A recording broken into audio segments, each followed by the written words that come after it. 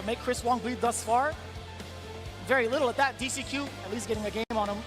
He's going to be playing around in the losers bracket against the rest of the Sharks there. But Chris Wong, again, phenomenal decision-making overall and great patience in the neutral. It all leads to plenty of these moments. You see this all the time with Luke, right? You see how often he can barrage and harass the opponents, but we got to talk about what led to those situations in the first place. DCQ struggles in the neutral a lot from what I've watched of his gameplay, because if he lands his set play, good luck to you, because he really takes advantage of when you have too much frame advantage or when you make that mistake. But Chris Wong, he kept him humble.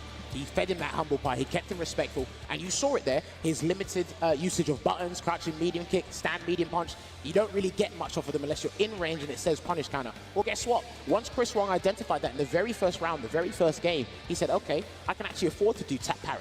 I can actually risk this there, and because of his parry timing is actually pretty much 95% on point, he got all the damage and put DCQ in such these injurious positions that he was super uncomfortable. You even saw DCQ risking the down forward half punch for those knockdowns, then he had to stop there. He started to pick up pace as the game went on, but that's because Chris Wong forced him out of character. He made him play.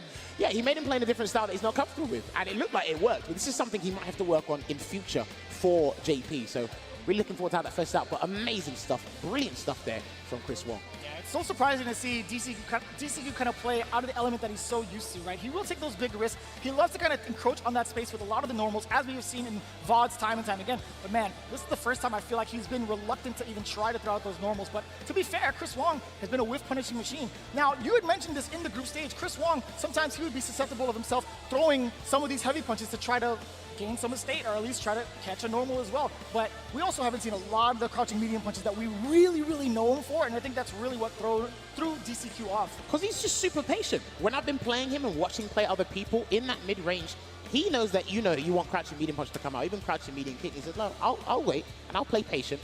And then he waits a couple of seconds just for you to think you can do something.